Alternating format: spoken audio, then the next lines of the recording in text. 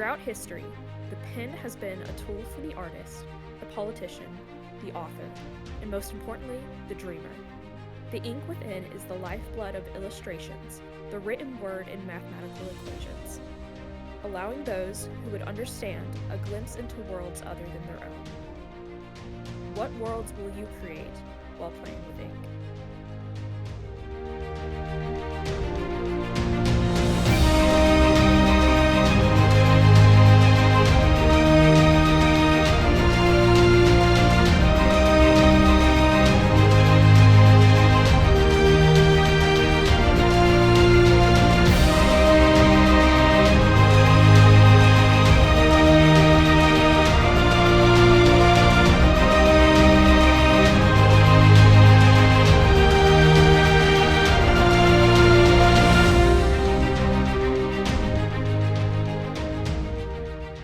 Hello, and welcome to Playing with Ink. I'm PlutachRodgers. And I'm Nayruan. And we're going to talk about world building. This is a podcast just all about world building and TTRPGs and stories and writing and just whatever you want to have, basically. And so we're going to address what is world building. Merriam-Webster Dictionary has a definition for world building, if it even has an absolute definition and not a relative one, which we will address later. The definition is a noun meaning the art of creating a new and fictional world. Funnily enough, the word world building was originally used to describe scientists' attempts to explain geological formations. But by the late 19th century, poets and novelists had claimed the word and used it for their own imaginative realms. The version of world building that Merriam-Webster defines today is a more specialized version. It refers to not simply an author's imagination, but also the process of the creation of their own new and fictional world. It is more than making a plot or a character, and unlike the descriptive word setting, world building puts an emphasis on the entirely new aspect of a world one is creating. Ignore my dog barking in the background, but now I think that's just one take on world building. Even though it's an accurate description, I think it takes out the emotion that we as writers, thinkers, and world builders have when we create, and that just putting it in simple words, the emotion is lost there. So we created this podcast so we could explore and discover creative worlds that everyone has made. But before we do that, in this episode, it's important to understand what world building is from everyone's perspective. We asked viewers and members of the Ink Knights community what they believed the word world building meant. And we're going to go through some of those responses and just, talk about them and stuff. Yeah, you set out the question. What? It's been about maybe close to a month ago now, right? Yeah, close to a month ago. And we've got some really good responses. I think the first one I'm just gonna read, and I think these are all gonna remain anonymous, so we won't tell who said them. But if you want to see who said them, I guess go join the Discord, Yep, you can because I go. think they're still all up there. You can go track them down yourselves. Yep. So the first one is, it's about creating a world that you and the people playing have an environment that can be explored, the players can empathize with and relate to, pushing the boundaries of logic in some cases, or molding the strangest characters to entertain and create relationships with those at the table. Now, this one specifically is talking about TTRPGs. So. Yeah. Just not like a novel or in a sense, it could relate to video games or just Well, yeah. I mean, the greatest world builders of our time, Tolkien and Lewis, Yep. sat around a table and talked with their friends. So. Could that technically be the first TTRPG of them just Oh, sitting there 100%. coming up with stuff? I mean, D&D was inspired by sorry, what'd you say? I don't want to over. No, you're good. So yeah, well, I was just gonna say I'm sitting here thinking like, can you imagine Professor Tolkien and Professor Lewis and then Tolkien being like, okay, um, what are our characters going to be for a game? And then C.S. Lewis is like, okay, so you're going to be like this professor guy that's going to like lead kids around and stuff, and you're going to be like the mentor for the kids, and Tolkien be like, you're going to be a freaking tree. Yes, that is exactly how it went down. Exactly, in my mind. But I think this answer is really important because I think world building is more than just sitting in your room typing on your computer. It's about creating relationships with those around you and how you perceive the world. And it's just about connecting with people. I mean, there's such a huge community online of world builders that yeah, I keep stuttering. Sorry about that. But yeah, there's such a huge community online of world builders that are again constantly pushing the boundaries of logic like this question says, and it's so cool to like build off of each other and explore each other's ideas. But yeah, I think specifically at a TTRPG table, it's so like world building is just making so much fun with your friends. Yeah, it brings the human element to it. I would say. It's I mean, in a sense, you're bringing your own story to the table, and parts of the characters that you create are, I mean, even in the smallest bit, your character is you in a way. Yeah. Yeah, So yeah. your world that you're creating, I guess, from your perspective or your character's perspective, and then sharing with the other people, as strange as it may be, or yeah, oh, drop pin. Uh, Yeah. but yeah, it's I totally agree with that. Yeah.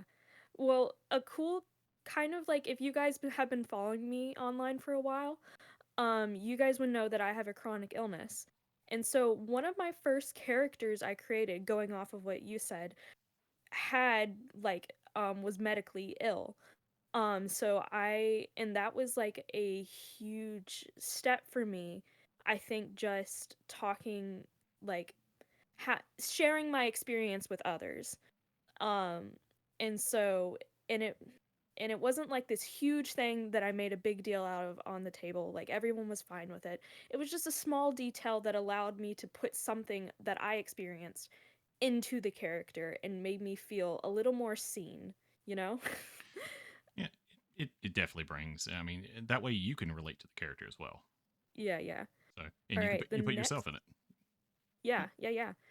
The next question, the next answer to the question was just having fun and building a world you and your friends can enjoy, adapt, and affect together. Again, a TTRPG question.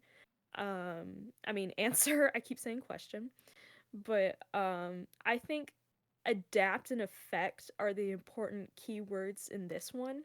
Mhm. Because you're constantly evolving through like role play, dice rolls, just talking. Definitely, and the world adapts, and you affect it. I Yeah, mean, it yeah, has to. exactly. That's the depth um, when it comes to the world that you're placed in, or the world that you're trying to build. It shows that level of depth, or that's the part where you can explore it together. Yeah, even though that answer is short, I kind of like it, so Oh that's why yeah, I included it. it's good. But Sometimes the simplest answers can tell the most. exactly, exactly. The next one is a sandbox. Ah, gosh, a sandbox of endless potential. It's the place you and your players get to explore and build together. World building is something you get to experiment with ideas and create narratives that have never been explored before. It's atmospheric and honestly just tons of fun to think what your mind will create. Cities, pantheons, ruins, the people, items, a plethora of possibility. I really love this one. Begins to go a little bit more in depth here, because you get to experiment with things. Sometimes I think personally, and correct me if I'm wrong, but I guess it's I've almost lost my train of thought. It's you can get really in depth with things, like kind of going off what am I trying to say? The cities, the pantheons, the ruins, the people, items, plethora. You can get so deep within certain things, you can almost lose yourself. And sometimes I think that's actually a problem. Some people actually I get hung up on that. Uh, Going too in depth, such as Tolkien or something. When I'm trying to imagine a world, sometimes I get too hung up on why certain things work, or I'm trying to explain to myself like, why is that sword floating in the middle of the air? I can't just let it be like, well, that's just a part of the world. No, I have to. It's my own personal mental block. Uh, so really, it's just let your mind create, let your mind go. Don't try to give it a reason. Sometimes you don't have to. That's up for the interpretation of the people who are exploring your world. It gives a little bit of mystery. That's I don't know. That's kind of what jumped out at me. It just reminded me of myself for some reason. Mm-hmm. Because I Well, get too that's caught up with yeah. wanting to Well, that's funny give because one answers. of the answers is a trap. That's just one of the answers. That's Is a trap. it is a trap. So it's a trap. So I agree 100%, but I feel like like a crab or a like is it the lobsters that that when you boil the water and you slowly turn, like it's almost like they don't realize they're dying. That's a little Like grim. lobsters can't tell, or is it shrimp? It's lobsters, shrimp, or crab. I should know this. I'm a biology student. It's Jellyfish. one of those crustaceans.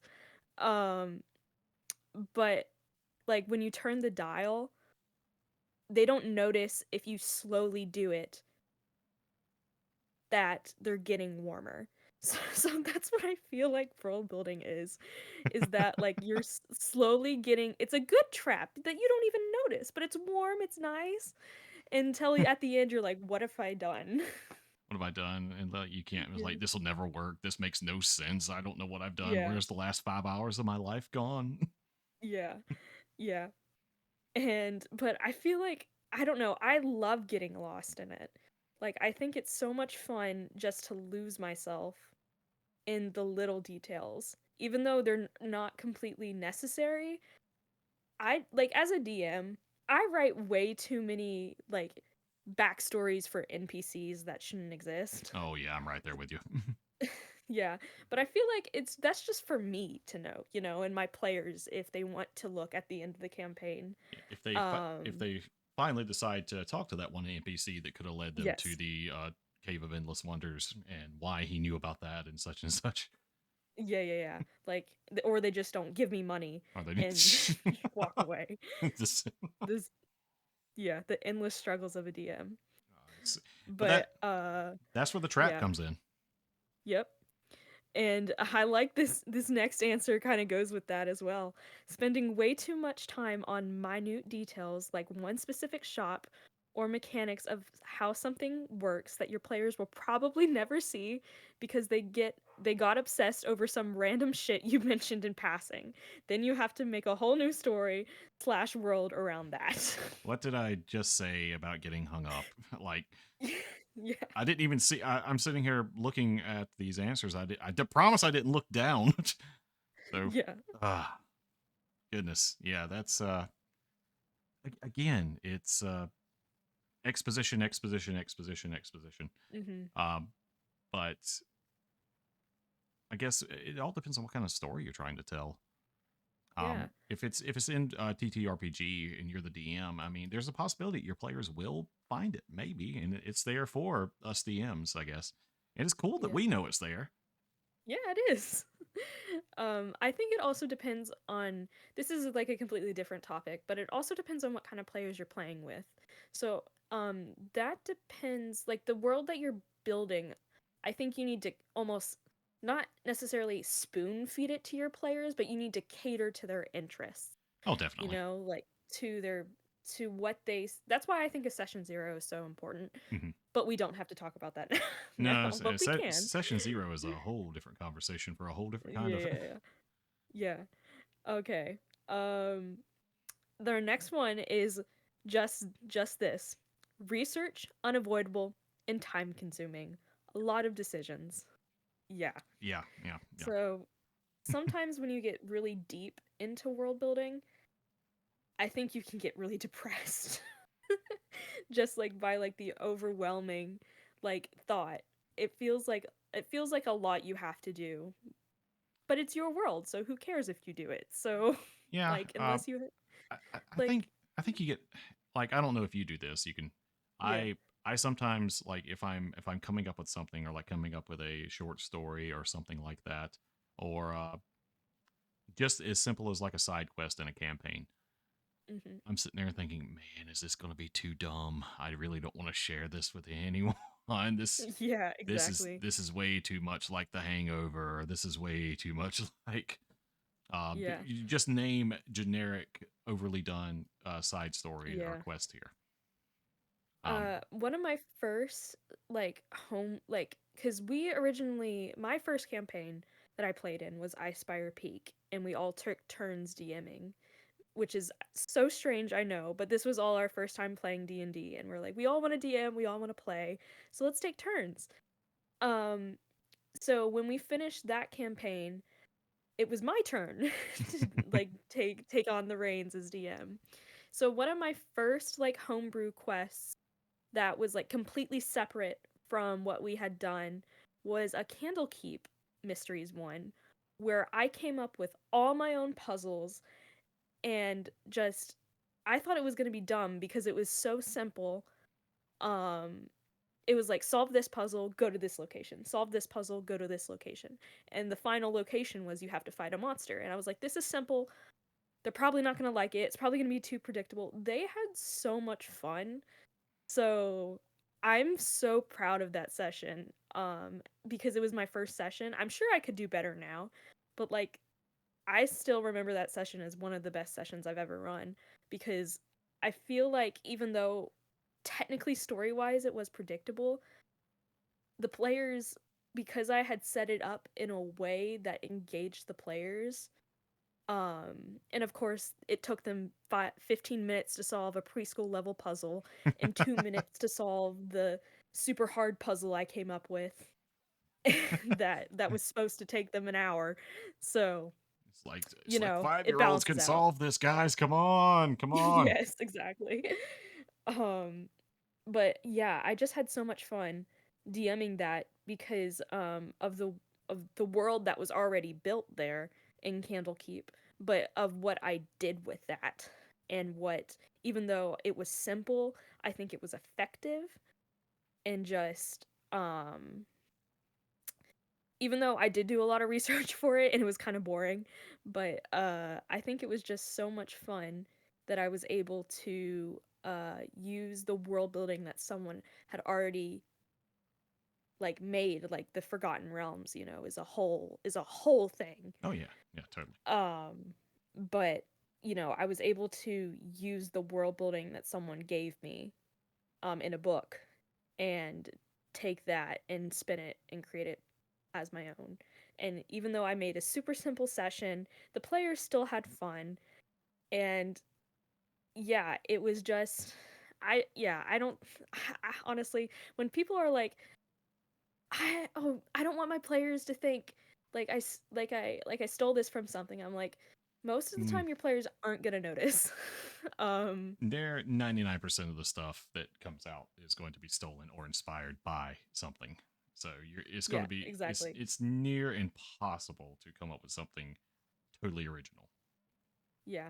I mean, cuz like my dad used to say something along the lines of like, all the stories that are have will ever be told have already been told, but it's how you take those stories and make them your own and put your own filters and your own perspective on it. It's like color lenses almost. Like you can, like there is almost an infinite amount of mixes of colors, just cuz like it's so slight, like the differences between certain colors. So, I think when people think about originality and like predictability and stuff, I say don't worry about it. No, no, no. I mean, just most modern fantasy is based off the Tolkien universe or anything like that. So, Exactly, and exactly. it's even like the science fictiony more, like Star Wars or any space or Dune, something like that. Yeah. Is Tolkien? Well, Dune and Tolkien was written. We're not going to get into that. It's still based off of Tolkien in some form, or the Yeah. party, the Well, adventure, the yeah. quest. Well, Tolkien did the original hero story that we all know and love, that just makes us feel happy inside. There's Hmm. like some there's some kind of like psychological thing behind the hero's journey that I'm sure we could go into and read research papers about, and Oh, it would people have be researched deep, deep philosophy. deep philosophy there. Um, but we won't go into that. Nope. That's going to be a long one. That's gonna Uh, be a long one. But our next answer is world building is the process by which an individual develops a new civilization, settlement, or society. This could range from a singular location, like a house, to an entire planetary system. World building typically includes, but does not require, the inclusion of characters, deities, magic, and political systems. Simply put, it is the development of a location and the things within that space that bring it to life. this has a lot to do with something, or what my answer would be for this as something Yeah. for later on. So, Yes. when I Well, read, do you want to say your answer right now? yeah, my answer. Oh, Yeah, my yeah, answer to the yeah. question. Oh, no, no, no. Well, it has something to do with the final discussion we're going to have today. So, Oh, yeah, yeah. yeah. I see what you're saying. Yeah, So, yeah, yeah. yeah, but I will say like this answer like does go more towards away from TTRPG and seems like more structured or traditional novel or Yeah, traditional story telling. Uh, yeah, yes, and that is a whole different animal, and it's so fascinating, especially when I have attempted to write 2 books in my lifetime. Um, Stopped each time when I got about over halfway done, um, yeah, because my own setbacks and problems there. But what I love is, especially when you're building that, you focus on like one thing, and or you have a story, and the story needs, or the person in the story, the environment or the world has to make place for the person or people you are telling the story about. And I do agree, it doesn't necessarily, um, you don't have to have deities or magic or some political systems. It could be very simple. It could be about a very hungry caterpillar eating his way through. That's exactly what I was thinking. Really? I was about yeah, yeah. I was about to say like a kid's book or something. Yep. I was gonna say like Frog and Toad or like Winnie the Pooh, Yep. because Winnie the Pooh I feel like actually has just an opinion of mine, but I feel like Winnie the Pooh has some of the best world building for like a kids show besides Avatar: The Last Airbender. But we'll get into that. That We won't get seems into that. that seems like it has a little bit more in depth than the 100 Acre Wood and Eeyore getting Yes, his yeah, yeah. losing his tail But again. yeah, but how they are able to like relate each cuz the each character in Winnie the Pooh is like a different mental disorder.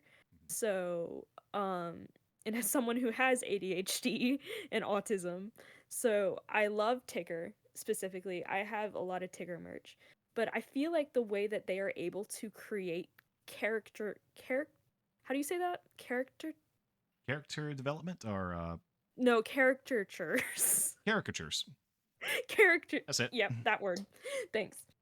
Um but how are they are able to do that but almost like not do it offensively?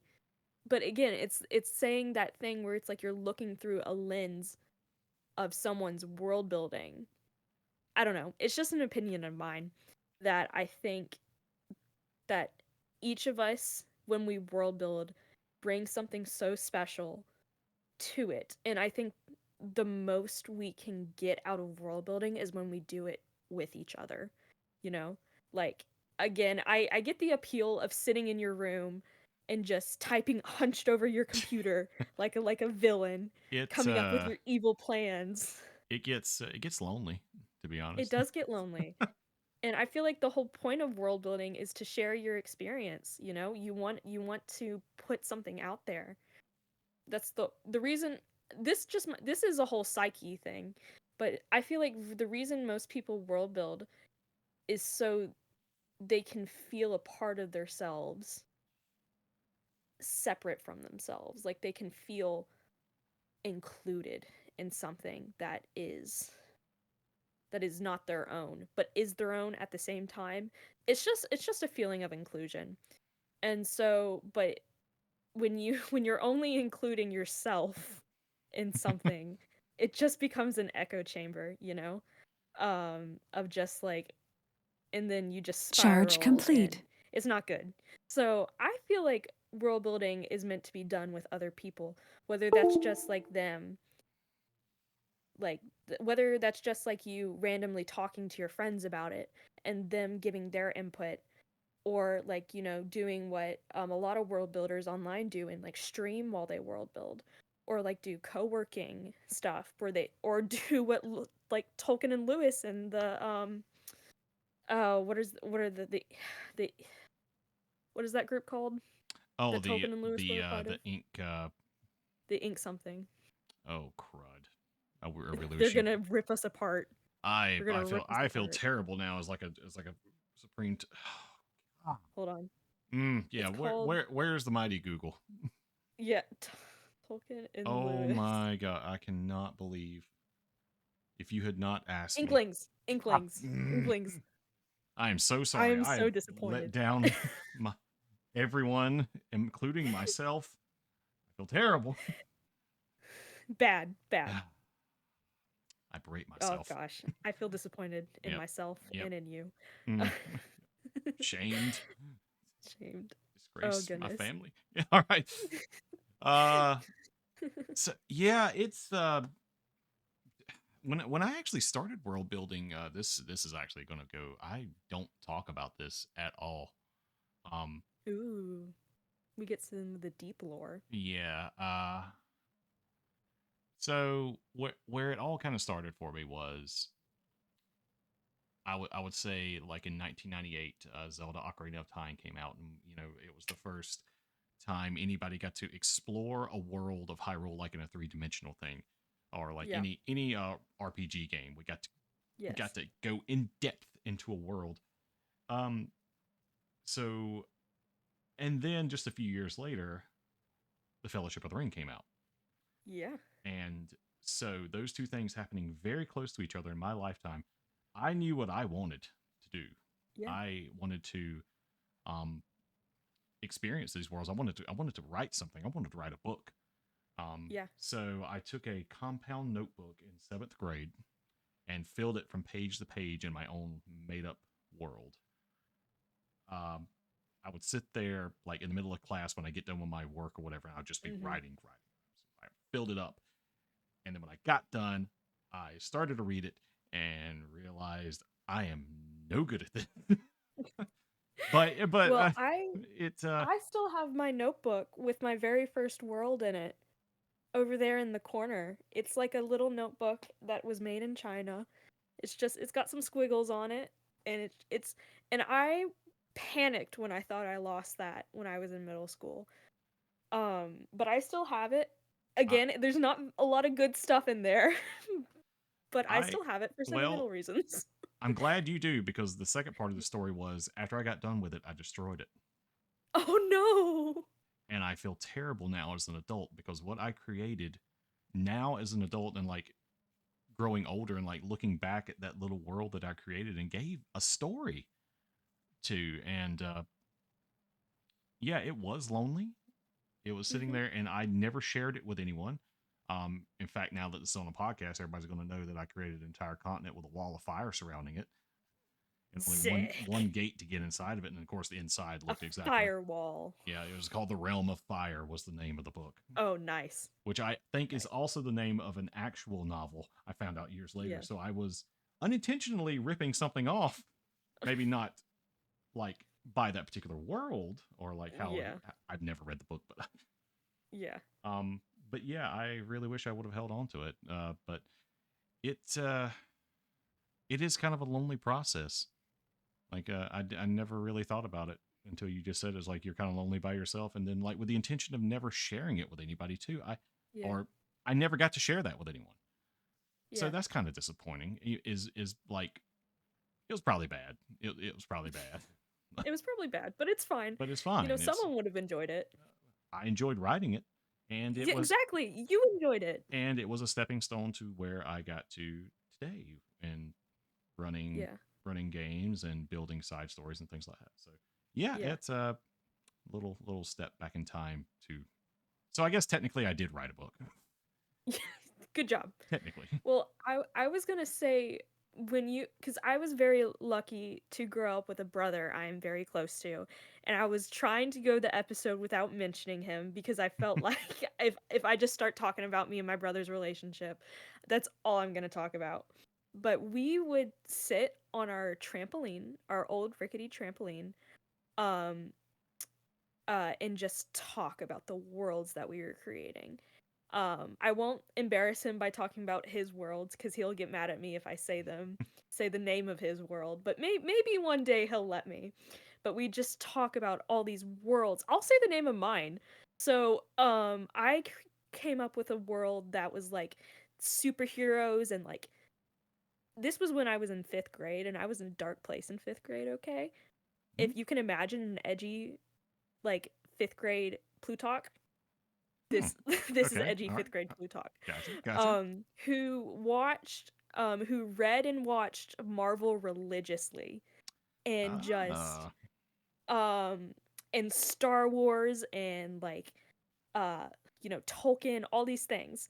But the one thing that stood out to me was like the dark, like s- intense stories for some reason.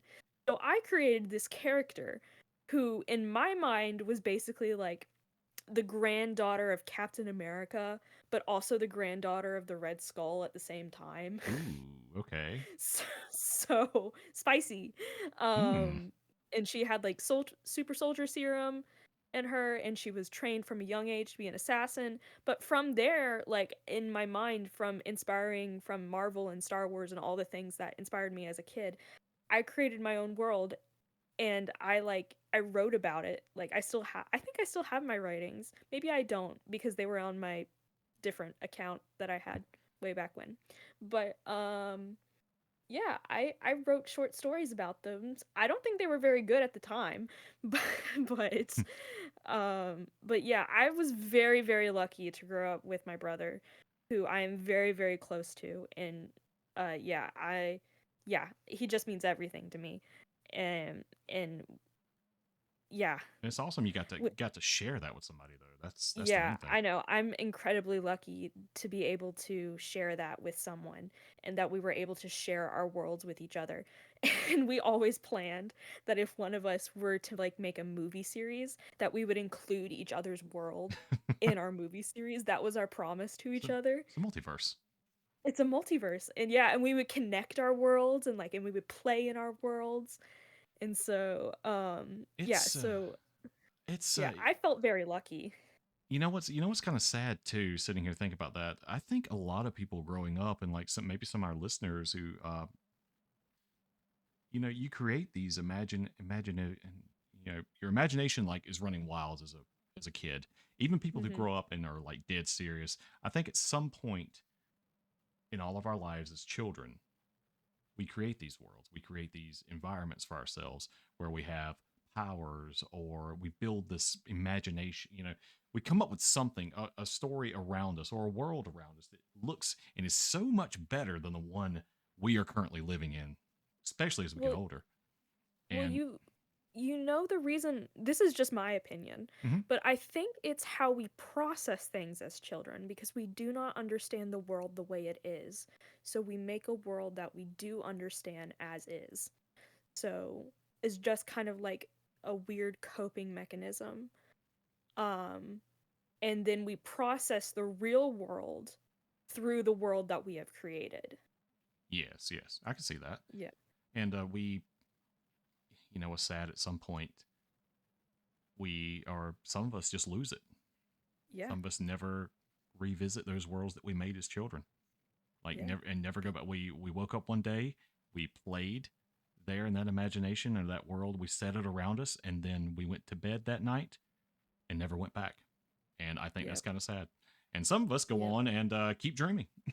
Yep. We play D&D Yep, some and of us play D&D. TTRPGs Yep. and we role play constantly cuz I right before this I was messaging my friend and we were like talking about our characters for our next D&D thing. So, for me it's a constant kind of play pretend. Kind of always I am playing pretend. But I yeah, I love it. I love it so y- much. I love it too, I wish I man. I wish I could be a rabbit that lost his broom every day of my life. Yes. Oh, yes, you're referring. So if you don't know what he's referring to, a friend of ours ran a Strixhaven one shot on the Ink Knights channel, and there was a whole thing with the broom. Yeah, Just yeah. go watch it. Just go watch it. I miss my Just broom. go watch it. It's great. But some of our last few answers here. You want to This go ahead one and is you want to go ahead and get to the good one here, or the the good one. It's there's only two left, so I was just gonna oh okay yeah I see unless that okay yeah yeah go ahead go ahead. okay. Creating the story for a set creating the setting for a story, even if that means research about the real world or just collecting elements of things I already know about the real world. But I don't do that often. I usually invent the places even for realistic stories by mixing or twisting details of real places that fit with the environment required for the story. I think Okay. this is a very unique answer. Yeah. So the world itself molds for the story. I think I kind of hinted at that before. About the world actually having to fit for the story, and the world kind of the world has to make sense for the story to be told. Yeah, yeah, I Uh, agree. you go ahead. Okay.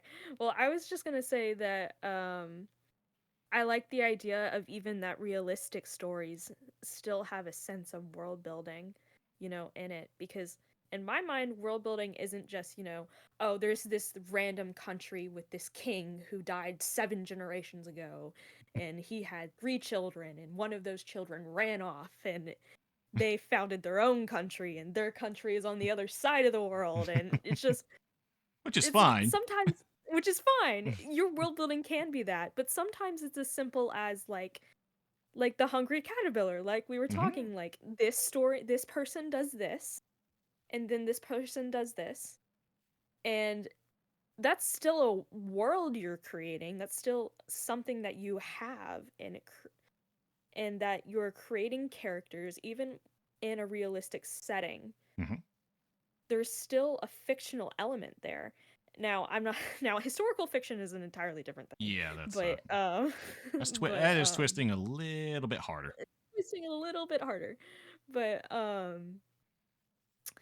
But yeah, I still think in a realistic setting that you can still include world building. Which we will talk about later in our final question, I think. Yep. Um And now for one of my favorite responses that I saved for last was any work that contributes to the creation of an other where, the place your mind takes you when you close your eyes and think anywhere but here. Large scale, like geographic mapping or language creation, has the same value as small scale, like designing a single person or detailing a signpost in the woods, so long as they serve the function of the creation. That I love. I love it, man. Like It's so good. like a signpost in the woods that says just the name. Oh, sorry, hit the mic. Just the name, just the name of like a forest, and Yeah. you may the story may never take you to that forest, but just like the name of it and like the foreboding of it. So like I'll just take something out of Warcraft, just Merc, or sorry, not Warcraft, Tolkien, Mirkwood. Mirkwood. I was Yeah, I about to was say I like, take that's it out not. of World of Warcraft. Like no, but um, No, bad. I'll spray you with the water when. but yeah, just something like a signpost that says Mirkwood this way, and then you just keep going. It still builds a little bit of mystery because of the naming and stuff like that. So, Hmm. uh, just the simplest of detailing, in small scale, and then it Hmm. leaves interpretation open to the people who are experiencing it. Yeah. Um, I really like this answer because it's what we were talking about. It's that anywhere but here. It's when the world, like when we're kids, when the world becomes just the world and you just don't want to be here anymore. You can go somewhere else. You can You be can go to.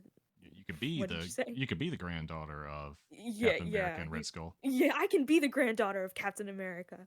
Um, but yeah, so you can, when you close your eyes and think anywhere but here, For me, that hit very hard. Um, as I mentioned before, I do have a chronic illness. And so when I was diagnosed, one of the few things that I would do is I would watch LARP videos specifically and just D&D videos all the time. Like I binged watched all of Critical Role, all of it. It took me a year, but I did it. Well done. um I did it. And they recently just finished campaign 3, so haven't watched the finale yet, so I need to do that. I need to catch up. I'm still at grandma's. Oh, you still at grandma's? Still at Nana grandma's. Mori's? Yep. First time Yep. at grandma's. First time at Nana Mori's. Nice, nice. That's a little creepy. It's a little weird. It gets weirder, but I won't spoil it. Good. Um, uh, but this idea of when life gets life, life gets, I don't want to necessarily say hard, because life, I feel like, is always hard to some extent, but when life gets you down, and you want to find a reason to keep going, and I feel like the imagination is a reason, because Definitely. it makes, yeah. And so this one, I'm just taking this one a little too far, I think, just because the words anywhere but here, I think, really hit different when you've been, I'm sure everyone has their own experiences. And I'm sure they hit different for someone else for in a completely different context. But for me, it's like the whole idea of, I don't want to be here right now. This is terrible. Um I'm better than I was. I want to clarify. But I was really bad about 5 years ago.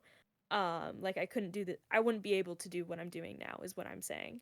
Um but so this idea that you have your little safe space, that even if you don't share it with the rest of the world, it it's your space. It's your idea that you can, even if it's a dramatic space, even if it's, there's conflict happens in there, it's yours. And that's the one thing that you can have in a scary world. So I love that that's answer. that's why I think this one really stood out to me. It's just the words anywhere but here. Um yeah. That could be on a That's why I liked that one that so could be on much. a t-shirt. Yeah. Anywhere but here. Anywhere but here. Yeah. I think I have a sign that says, reading takes you places to go when you don't want to be where you are, or Oh, something. that's Or I think I can't, my phoenix is blocking it, my stuffed animal phoenix, so I can't read it. So yeah, that is a really really good quote because I just finished the final or the fifth book, I believe it is, of the Stormlight Archive by Brandon Sanderson, and yes, I need to read that. I yeah, really need to read that. oh, it is so good. Wind and Truth, and every time I get into Year Zero, which is a giant city tower on top of a mountain that looks down over the entire world, it's so, the tower itself is above the clouds. So Mm-hmm. when I was reading that, I could just take myself there, just like get lost inside of that tower whenever they were talking about it, like going through the halls and things like that. It's just like, Mm-hmm. yes, this is amazing. This is where I want to be. Yeah, yeah, yeah, exactly. I think so many books and so many movies and so much media allow us to do that now. And media has, like, I feel like books and media have always been there, and people have always been doing this. So this isn't like a new thing. I, like, the first thought that comes to mind is my mom loves Anne of Green Gables. Um and Anne of Green Gables is like an older book, Mm-hmm. but it's all about imagination. It's all about this girl.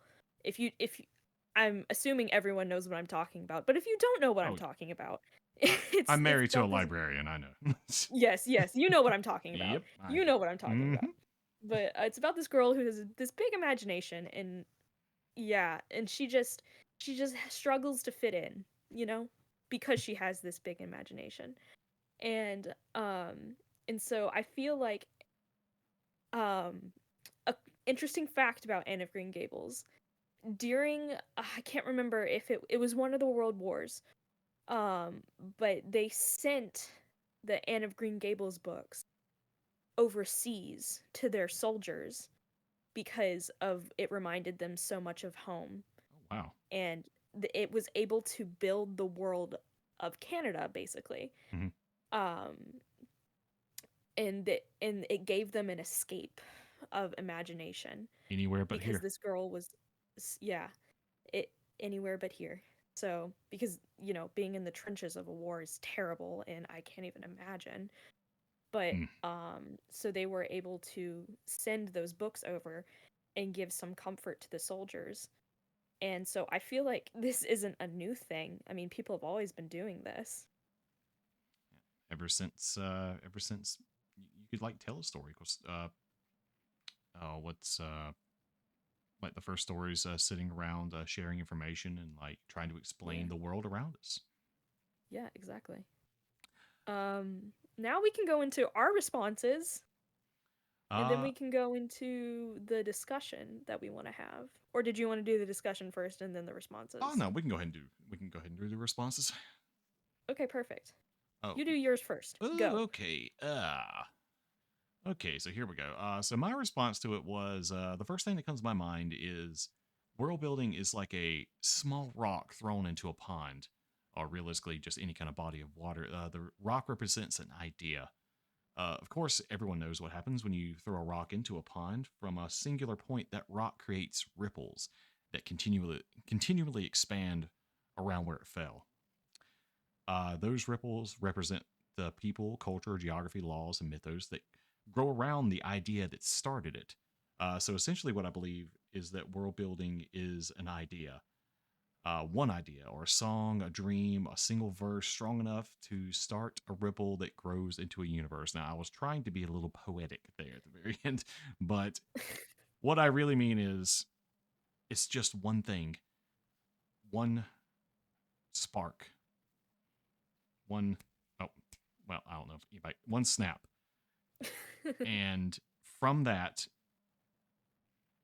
uh, a world can build around it. If you have just an idea or hum a song in your head, or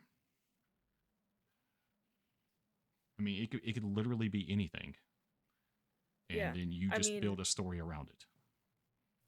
you know, one of my favorite, this is going philosophy, but I grew up in a very philosophical home.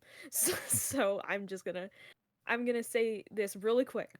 It's like one of my favorite, not one of my favorite, but one of the things I find interesting is the idea that our universe is like programmed as a world. Like we're in someone else's, like someone programmed us, which is the whole idea of creator, yada yada Yep, yada. yep, yep. But which we won't go into. That's not for me. It's still, yeah, yeah. It's still world building. um Still world building, but that's what I'm saying is that it's the I it's like not for me to go into, as like I'm not a professional in like the idea of philosophy, but it's the idea of, something starts with a spark and the world just keeps going. So yeah, that's what I'm trying to say with that, Yeah, is and that that I don't know if I said that no, no, well. no, no, no, no. You said it. You said it. It does kind of fall into creationism. Um, Yeah, so, exactly. but that's where it gets it from, because you are the deity of this story Yeah. that you're creating. Yeah. You decide which way it goes. Um, and so it's just it could be anything. Like we talked a lot about Tolkien and Lewis today. Yeah. And hopefully tomorrow we're going to go see or hear a lecture on that. Yes. But Yes, we are. the very thing like that sparked Lewis was a tin box with a garden inside of it, just like that he could hold in his hand. And from that, we got Narnia. Yeah. Crazy. So just think about that. It's Insane. just one thing, Yeah. one simple thing, and from that, entire universes can be born. So that's what I believe world building is. It's Sweet. just one I simple love thing. it. Uh, your turn. I love it. Okay, my turn. And I feel like I've said this, mine is just what I've been talking about this whole time. But so I believe world building is creating a place in your mind that you and who you choose to share it with can be infinitely explored. The space is yours to express your specific experiences and how you think those experiences connect with the rest of the real world. It's a way to create a window for others to look through to understand your perspective. So, I think, yeah, I think world building is just, I already said this, but like a space in your mind that just defines who you are and how you perceive the world. And it's always so important to get everyone's perspectives.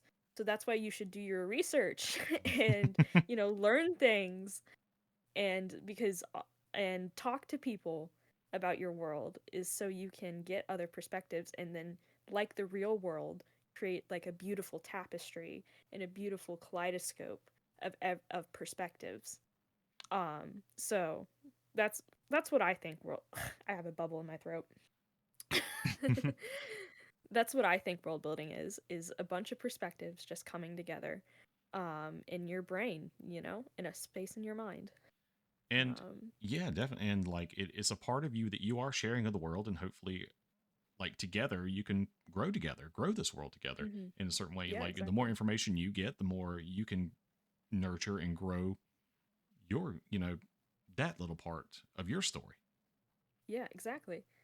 I like the word nurture there um Hmm. because I love the idea that, it's alive cuz sometimes you feel like the world gets out of your hands and you're not writing your characters or your setting. You are writing like history because you're like it has to happen this way. There is no other way this has to happen. Or like this character said this. It's not me saying this. It's not me writing through this character. This character is saying this. So I feel like our characters, as much as we put into our characters put a lot into us. Yep. Even though they're like non-existent, but they still affect us a lot. Yep. And just like this, if I was writing a character or trying to be a character that they have a chronic illness, say Yeah. per se, I could speak with you and like get Mhm. your feelings on that. And then through Yeah. that, through the knowledge that I learned there, I could then convey that through my writings or my role play of the Yeah. character and share it that way. And hopefully I do it honorably and, Yeah. true to it. And if it does do that, and if I feel, put my emotion into it and everything that I've learned, then it comes across hopefully as, something genuine. Yeah, exactly. I like I have a friend right now that is playing a character with chronic headaches. So it's not like similar. It's not like what I have. But it is chronic. And so they were asking me questions and stuff. And that was really cool to talk about, like just to share my experience and have someone try to understand it from their perspective. Like that was a really cool thing. And so that's why I think world building and creative things are so important because it gives us a way to understand each other that I feel like if we just try to sit and write about the real world, we're only going to ever get so far. Yeah, And it's without yeah. experiences, shared cultures, things like that. Well, it's just it's an echo chamber. Yeah, exactly. Um the final thing that I kind of wanted to discuss, that we kind of wanted to discuss actually, was can you tell a good story without world building? Does it actually affect the story and is it just for the fantasy genre? You wanted to really discuss this, so I'm going to let you take the lead on this. This is so when you pose this question, um, I think it was a few days ago and had it written in here. Yeah. I'm going I to clarify, a very good friend of mine gave me this question, so if you're listening, very good friend, you're the best. Yeah, you're awesome, very good Um friend. this very good friend, you're the best. this got my like gears turning in my head. I was like, at first I was like, no, but then immediately I was like, yes, and yes. And then I stood up from this computer and I walked downstairs and I asked this question to my wife that I mentioned is a librarian. And Yes. her answer was dead on, looked at me and said, "Yes, you can." And I was like, Yeah. "Explain." And so it started this discussion like what I went back to, and I mentioned The Very Hungry Caterpillar because Yeah. our 3-year-old son, that is his favorite book right now. Oh, it's such a good book. So Love that book. so let's Top let tier. so what it's a story. It's a good story, Hmm. but it's so dead simple. It's just on Sunday he was born. On Monday he ate through one apple, or and then like just the progression of just eating. There is no other thing, and then finally at the end he turns into a caterpillar. Or sorry, the caterpillar turns into a butterfly. Turns into a butterfly. I was like, Yeah. wait a second. So it's just the story of the metamorphosis of a caterpillar into a butterfly. There's not much world building, but it doesn't need much world building to be simple but good story and that's entertaining. If you want to Well, graduate one level above that, one story that we all know, Little Red Riding Hood. It's I mean, you could do that story, and they have. The media in Hollywood has done that story so many different ways. But the yeah, it's simplest crazy. version is Little Red Riding Hood. Just by her description, we know that she's little. She has a hood that is red. She goes through the woods. There's a wolf that speaks. Cool. Cool. and Speaking wolf. and Chill. he's obviously evil and hungry because he goes and eats grandma. Yeah.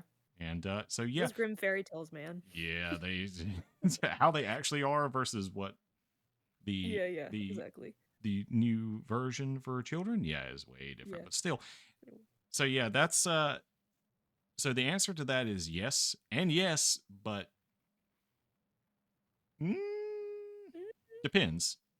I think That's my I that's think it my answer. actually goes back to what we were talking about earlier with almost TTRPG, where we were saying the simple. If you think your thing is too simple, then it's fine if it's too simple. I think here's my answer to this question that my friend posed and that I wanted to include because they are the best and I love them very much. And I think as you are telling a story, your words, your quote unquote world building, Hmm. you are using your words to world build. So it's not can you tell a good story without world building? It's can you tell world building without a story? Ooh, you That's my perspective on it. I don't Um, can you so yeah can you world build without telling a story? yeah. Can you world build without telling a story? Or can you tell a story without world building? I think it's It's all connected like up. that without in there is like not without like I can't do this. It's like, oh, this is going to happen anyway. I feel like world building and just writing a story are like two peas in a pod. Like they're gonna happen because you are, by definition, writing descriptive words about something. Hmm. So you are building something. So I guess you could call it word building instead of world building. Yeah. Now, But if it's a good story, I guess that's left up to interpretation. yeah, yeah, exactly. Because we could probably sit here and come up with a very detailed encyclopedia Oh yes. reads Oh like a yes. manual what I have no doubt we could. or Um, textbook what a certain place looks like, and then get done yeah. and say it was that good, and everybody will say no. Nothing happened. Yeah, You just sat there exactly. and talked about the leaves on the mountain or something for 5 minutes, and Yeah. it's like, but wasn't it great? Tolkien. Oh yeah. Tolkien just to sit and describe trees. Yeah, and somehow he made it work. Yeah, yeah, Tolkien was a genius. We all know this. Yeah. Um, but that's my take on it is that can you tell a story and be descriptive with what you're writing and somehow not world build?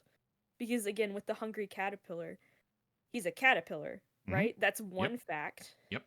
And he's hungry. He's hungry. Yep. That's giving a characteristic to the caterpillar. And it's a small world with only one character, and we don't even know what that world is, but we know the character and we know a characteristic that is still building something. Yep. And I think a lot of it is left up to the interpretation of either the player, the DM, or the reader in certain aspects. We can give the description, a vague description of certain things, the DM can, or the author can, of certain things, but really where the world is being built the majority of the time is through the mind, or the mind's eye. Yeah, We exactly. see these worlds in our head, and there's a guide in front of us that kind of give us direction, or more or less what certain things look like, or not, and the direction the story's going, and we fill it in the rest of the way. I'm trying to think of a good. uh Well, it's like people still say writing is sitting and staring at a piece of paper for 5 hours. Even if you don't write anything down, that's still writing. You're still thinking through things. You're still coming up with stuff. and Cuz when I write my world sometimes, and people who watch my streams, I world build in streams, so people who watch my streams know sometimes we just sit there and discuss what it could be. Like, we don't write at all, but we just brainstorm, and I just sit there and think through my ideas so I can come up with the best version possible. Or even a bad version that's still very through. Um, but yeah, that's at least what I think. Is that what you were trying to say, kind of? Or kind of like when I'm sitting there writing something right now, the world I'm coming up with, for actually my third attempt at making a book, uh third or fourth, I can't, either which, the world, I see it like how I see it in my mind how it's supposed to look, and I'm giving it depth inside of my head.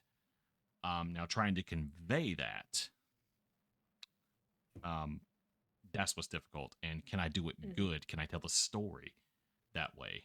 Um, Yeah. yeah, Well, that's basically, what I I can think. see it all up here. Yeah, yeah, yeah. Well, that's what I think. Going back to the very beginning, the first definition is, even though it's accurate, it takes all the emotion out. The Merriam-Webster definition is the art of creating a new fictional world. It's an art. Hmm. That's what it is. But it's more complex than that. It's what we feel while we're creating the world. It's what we think while we're creating the world. So I think what you're saying, it kind of goes back to to make it all circle Yep, back. yep. To all circle back to the beginning. It's all circling back. But I think that's almost kind of like everything in your head. It's more than creating a new fictional world. You're feeling something. You're putting your perspective into it. You're thinking anywhere but here. You're writing something to share your perspective. You're writing something to have people explore if you're a DM, or you're just world building, like just books and stuff to have people create their own stuff in. I know a lot of people who are just creating worlds to create worlds so other people can create their own stuff within the worlds. And hopefully, I will have some of them on this podcast because I really enjoy some of their worlds and I would really love to have them on it here. would I just be have to ask them. it would be totally awesome to get them on here, Yeah. and just to hear it. And then, there may be moments where I just sit down and close my eyes and just like listen to them tell, and I can go there. Yeah. Yeah. I can go anywhere but Exactly. here. Yeah, anywhere but here.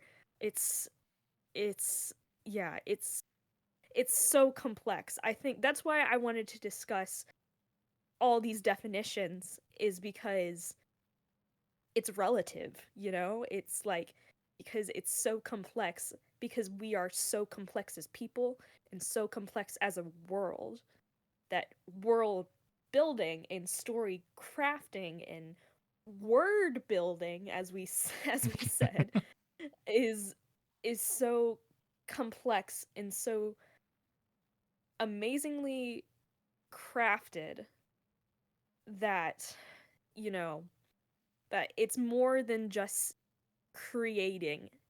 It's, even though it is creating, you're putting your heart and soul into it. There's not a word in the English language that I can think of that is like and maybe I'm just like my brain is cut off, but I can't think of a word that's like you are just more than creating, you are manifesting. I don't That's the know. word. That's not a good word. No, no, I don't know. that's I don't know. Is it you. good? Yeah, manifesting or I can't think of one. See, I it's feel bad. well, there's so many to be honest. There's Yeah. I mean, just creation, manifesting. I mean, manifesting is probably the best word for it because Yeah. it's it's coming up from within you. This is something that you're pouring out of your mind, your heart, your soul, literally onto a page or like in front of other people, and you're hoping that they or whoever your audience is enjoying it as much as you are. And most of Yeah. the time, people can tell if you're not enjoying it because if you're not having a good time telling your story, or if you think it's crap coming out of your mouth, other people will pick up on that. Yeah, exactly. So Exactly. if but then again, if it is your heart and soul and you truly believe in it, then it will convey. Yeah, exactly. Well, I think that's going to wrap it up for today, unless you wanted to discuss anything else that we are open to discussion.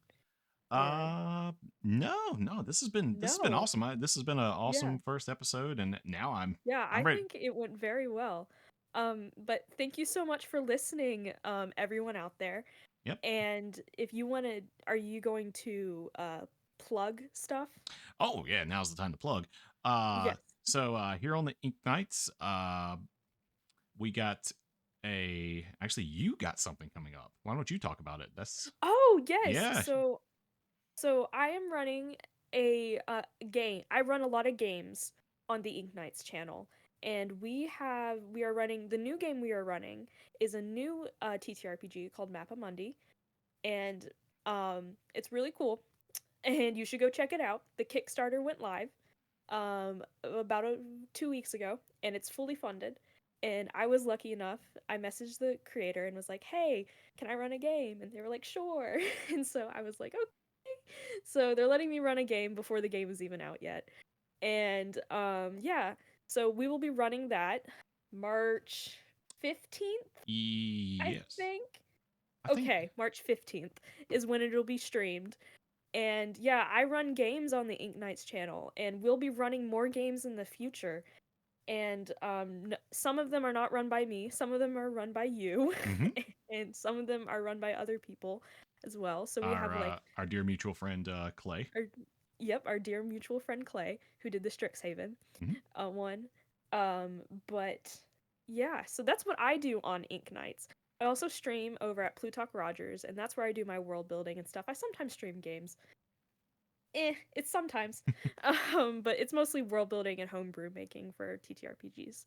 So The that's my plug. the only plug I have is not really world building creative, but if you want to watch me open packs of Lorcana, which is a Disney TCG game, the next set's coming out, so I'll be streaming that and like opening card packs. You can see me open pretty shiny cards that has Disney characters Yay, on them. So shiny that cards. that'll be on the 7th, March 7th coming up. So Yes. again, not really world building related, but I don't know, something about just opening packs of cards just draws people in sometimes.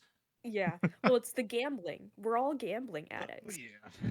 I don't want to admit how many packs I've opened. It's, Yeah, it's I bad. don't even want to know It's, because that's it's more than me. there. See, just different in the trash Yeah, there. yeah. It's in Um, the trash. But yeah, thank you so much for listening, and stay tuned for more episodes where we actually have guests on to talk about their own worlds. Um, and if you would like to like have your world on or something, well, at least I was planning on maybe putting out a form out or something that people could submit once we've gotten like a few episodes out and we've run out of people to invite, which I don't think is going to happen. But yeah, if you would like to come on and talk about your world, I'm going like look out for a form that will probably be on my Instagram, which is PlutachRodgers, or on the Ink Knights Discord server, where you could maybe submit your world, and we can take a look at it and just like rave about how much we love it. I love it. I love it. I love it. So that's that's what to stay tuned for. But we will be having guests. We will be having guests to talk about their worlds. And that's what I was saying. I can't wait for that because it's going to be so awesome. Yeah, I'm so excited. I'm so excited because, oh gosh, there's so many creative people out there that I just love to hear them talk. Yep. You know, it's a different world from what we, again, different perspectives and learning things. So yeah. Totally ready for it. All right. All right, guys. Bye. Bye. Have a good one.